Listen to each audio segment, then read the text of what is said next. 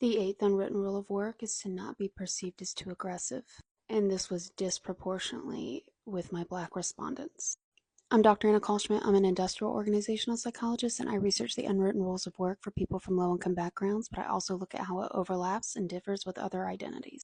In this study, I interviewed Black and white women and men who were from low-income backgrounds who'd moved up to higher class via their employment, and there was only one white man who brought this up, that he had to be careful not to be perceived as too aggressive.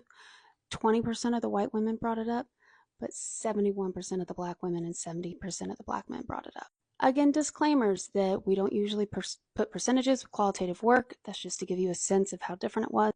And I had about half the amount of Black men that I did in any of the other identity groups because I had a very hard time recruiting Black men for this study, likely because I'm neither Black nor a man.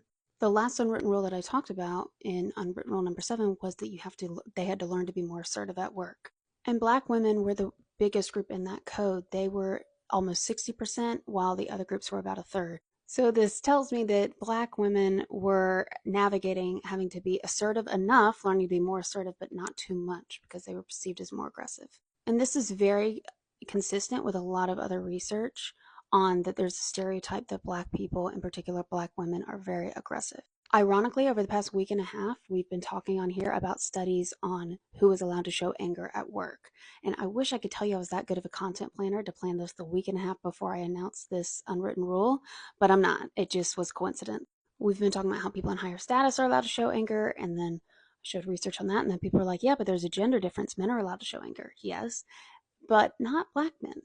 I know showing anger and aggression aren't necessarily the same thing, but they're very related in that if you're easily perceived as aggressive, do you think you're allowed to show anger at work without backlash? Harvard Business Review did a study on over 300 people where they showed them examples of Black versus white, men versus women being neutral or aggressive, and what did people attribute their anger to.